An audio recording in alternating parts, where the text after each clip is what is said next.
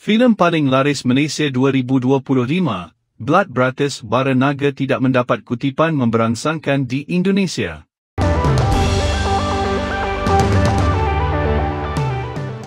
Bicara tentang dunia perfilman antara Indonesia dan Malaysia memang tak ada habisnya. Terbaru, film yang menjadi box office di Malaysia, Blood Brothers Baranaga ditengarai sepi peminatnya di Indonesia. Mereka merasa bahwa Indonesia tidak mendukung film dari Malaysia. Berdasarkan data tracking dari Signpoint, film yang tayang eksklusif di jaringan bioskop CGV Indonesia dan Flix Cinema mulai pada 11 Juni 2025. Selama 6 hari penayangan, penonton film ini baru mencapai 1.647 penonton, dan hanya tersisa 45 showmatch saja. Hal ini terlihat ada suatu perbedaan, di mana film ini merupakan film terlaris nomor 1 di Malaysia, namun kurang laris di Indonesia. Padahal film ini memang sempat menjadi perbincangan di jagat maya. Kemudian beberapa reviewer film di TikTok pun ramai mengulas tentang film ini, namun sayang hal itu pun tidak mendongkrak jumlah penonton. Sehingga menyusul kegagalan film Blood Brothers Baranaga di Indonesia, Finas yang merupakan Badan Peningkatan Film Nasional Malaysia, tidak lagi melihat negara Indonesia sebagai pasar utama, dan mendesak pelaku film lokal di negaranya untuk menaklukkan pasar yang lebih besar, bukan lagi ke Indonesia. Filem paling laris Malaysia 2025, Blood Brothers Baranaga tidak mendapat kutipan memberangsangkan di Indonesia. Perbadanan Kemajuan Filem Nasional Finas bercadang untuk tidak lagi mengamalkan dasar pintu terbuka, menerima naskah antarabangsa selepas ini. Bukan itu sahaja, pengerusinya, Datuk Hans Isaac, berkata pihaknya tidak lagi melihat Indonesia sebagai pasaran perfilman yang perlu ditakluki oleh penggiat filem tempatan. Pengarahnya, Syafiq Yusof juga memaklumkan bahawa sepanjang tahun 2024 hingga kini, kurang 5 buah filem ditayangkan di sana, sedangkan filem Indonesia mudah memasuki pasaran Malaysia dengan lebih 100 filem ditayangkan di sini. Ya, jika bicara tentang film sebagai karya seni dan hiburan, hal itu berarti bicara tentang selera, waktu penayangan, lokasi penayangan dan masih ada hal-hal lain yang berkaitan dengan pemasaran sebuah film. Bukan tentang dukung atau tidak mendukung, apalagi tentang patriotisme. Namun yang menggelikan, ada netizen Indonesia yang ada di negara tetangga, membuat counter isu dengan menampilkan video-video ulasan film oleh TikTokers Indonesia. Film Blood Brothers.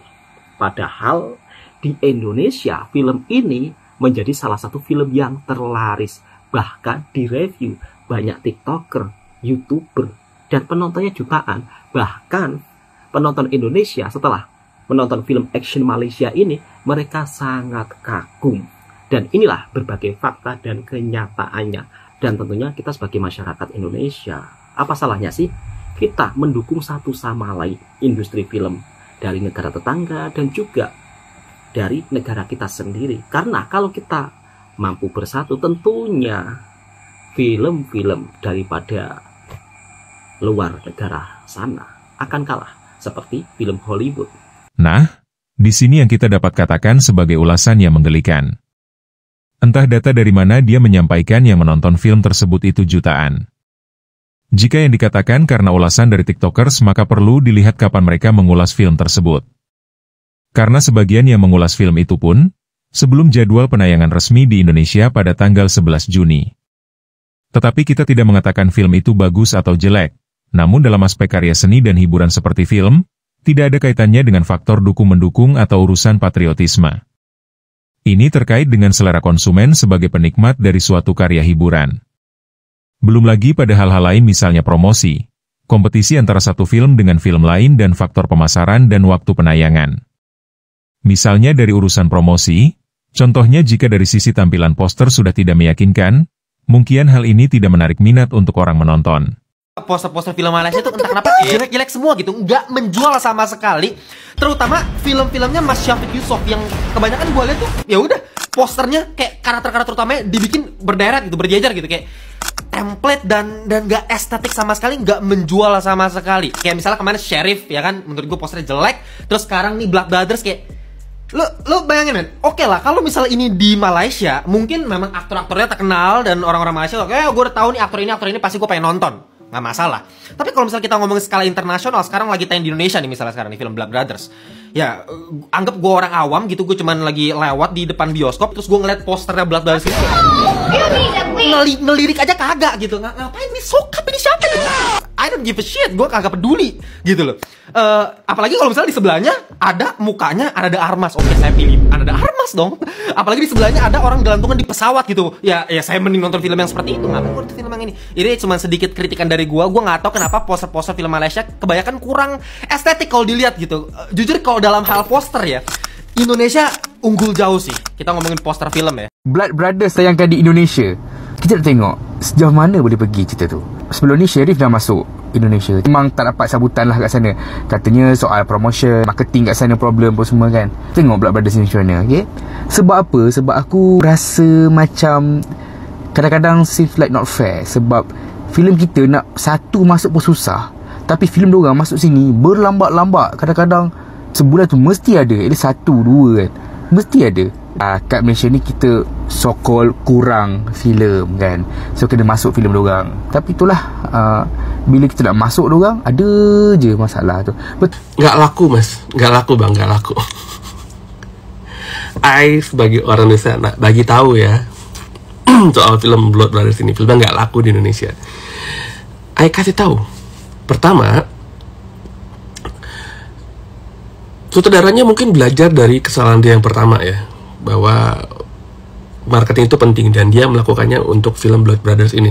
Kelihatan dari sebelum film Blood Brothers tayang itu ada banyak influencer Indonesia yang bikin konten soal film Blood Brothers ini dan kayak memuji-muji tuh, kayak kelihatan sekali fabricatednya gitu kan. Tapi itu nggak salah gitu, dan saya tidak menghujat hal itu. Itu adalah salah satu upaya untuk memarketingkan sebuah film, dan itu bukan sesuatu yang hina kok. Itu bagus banget.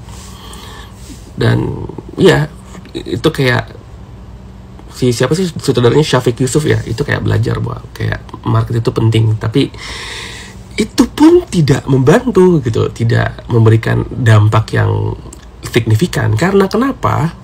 Itu masuk ke faktor nomor 2. Faktor kedua adalah genre film action itu kurang diminati di Indonesia. Film action itu bukan sebuah genre yang kalau lo bikin film itu akan langsung laris di Indonesia, enggak gitu, kecuali lo udah punya jangan film Indonesia, film Hollywood pun yang genre action itu enggak banyak peminatnya gitu, kecuali udah punya nama besar gitu, kayak Mission Impossible gitu, pasti kok ditonton, kalau dirilis pasti banyak yang nonton gitu. Atau Bourne, next time kalau Bourne series keluar lagi yang nonton banyak gitu, udah punya nama gitu. Film Indonesia yang genre action pun yang paling laris itu apa? Paling Mencuri Raden Saleh itu pun 1 juta atau 2 juta deh penontonnya gitu. Bahkan Red pun ya, yang dibilang bagus banget itu kayaknya nggak balik modal deh. Oke, jadi di sini kita bisa tahu ya, untuk teman-teman Malaysia atau sinias-sinias Malaysia, bahwa genre action itu kurang diminati di Indonesia gitu. Jadi kalian ya coba belajar dari peristiwa ini ya gitu. Dan itu faktor kedua. Faktor ketiga, walaupun dari segitu banyaknya influencer yang kalian sewa, kalian bayar untuk memarketingkan film ini, jatah film Blood Brothers di bioskop Indonesia itu sangat-sangat terbatas, sangat-sangat limited. Jadi di satu kota itu mungkin yang tayang Blood Brothers itu cuma di 1 atau 2 bioskop gitu, nggak serentak di seluruh bioskop di Indonesia gitu. Jatah film kalian itu sangat terbatas sekali di sini filmnya. Gampangnya gini, film Blood Brothers itu termasuk kategori film yang sulit diakses gitu, karena nggak di semua bioskop ada gitu. Jadi kalau film yang nggak laku ya, bayangkan itu kombinasi dari 2 hal itu, limited screening sama emang film drama, film action itu kurang banyak diminati gitu. Dan sebenarnya ini alasan ketiga yang kayak sebenarnya itu lebih kepada secara holistik ya, secara keseluruhan soal film Malaysia kenapa nggak laris di Indonesia. Karena gini, kita penonton Indonesia belum kenal kayak gimana sinema Malaysia gitu. Yang kita tahu ya Upin Ipin, Bobo Boy gitu, karena itu emang sudah diperkenalkan dari dulu gitu. So ya cobalah film-film kalian tuh kalian taruh di bioskop Trans TV gitu, atau tayangkan di TV-TV nasional Indonesia gitu loh. Tayanginnya yang bagus ya, ditaruhnya yang bagus, kayak ya itu Sheriff gitu kan. Oke, jangan yang kalian taruh film Pontianak 100 kg, jangan tuh, dibully kalian langsung. Intinya bukan karena penonton Indonesia pengen dapat gratisan, bukan, tapi lebih kepada kalian tuh memperkenalkan ke bangsa Indonesia bahwa oh ini loh sinema Malaysia kayak gini gitu. Kalian taruh film bagus gitu. Dengan begitu ya kita mulai kenal gitu, karena yang kita rasakan waktu kita mulai mengenal sinema Thailand ya, film-film Thailand dulu itu pertama kali tayang di Indonesia ya kalau nggak salah ya, seingat gue itu lewat TV. Film horor Thailand yang tayang di SCTV gitu jam 6 sore atau apa tuh, film horor, dan laris gitu loh. Dari situ kita udah mulai kenal, oh ini loh sinema Thailand kayak gini loh. Nah, kita sebagai penonton Indonesia belum kenal sinema Malaysia tuh kayak gimana gitu loh. Jadi jangan salahkan kita gitu kalau film kalian nggak laris, karena kita sendiri belum ada benchmark gitu soal film Malaysia tuh. Kalau bikin film bakal kayak gimana sih, itu kita belum ada benchmark. Kalau bikin film horor bakal kayak gimana, kalau bikin film action bakal kayak gimana, bukan karena kita nggak tahu, karena kita nggak mau tahu ya, tapi emang kita nggak sama sekali belum ada benchmarknya gitu. Kita sama sekali belum ada patokan kalau orang Malaysia bikin film bakal kayak gini. Dan di sisi lain, judul-judul kalian itu pun kadang secara bahasa mungkin di kalian akan terdengar keren, tapi kalau di orang Indonesia itu akan sangat lucu sekali gitu loh. Contoh, Keluang Men. Kalian masukin film Keluang Men ke Indonesia, habis diketawain sama orang Indonesia karena dari judulnya aja udah kayak begitu. Mat Kilau, kata mat itu di Indonesia tambah kilau lagi. Ya itu udah. Dan kalian dulu pernah masukin film superhero dengan judul Cicakmen. Please jangan lagi kalian bikin Cicakmen dan kalian berusaha untuk masuk ke Indonesia dengan judul tersebut. Habis kalian dibully sama orang Indonesia dengan judul kayak gitu. So itu dia.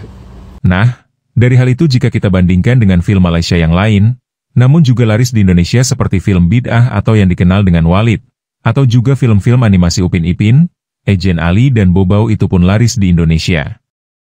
Sehingga hal ini membuktikan bahwa orang Indonesia tidak melihat dari sisi negara film itu berasal. Kemudian bukan juga soal film tersebut bagus atau tidak bagus, namun selama ia sesuai selera, bisa menghibur penonton dan waktu penayangannya tidak bertabrakan dengan film-film lain, mungkin saja film itu bisa laris. Akan tetapi jika waktu penayangan bertabrakan dengan film lain dan lokasi penayangan hanya pada bioskop-bioskop tertentu sudah otomatis akan sepi peminat.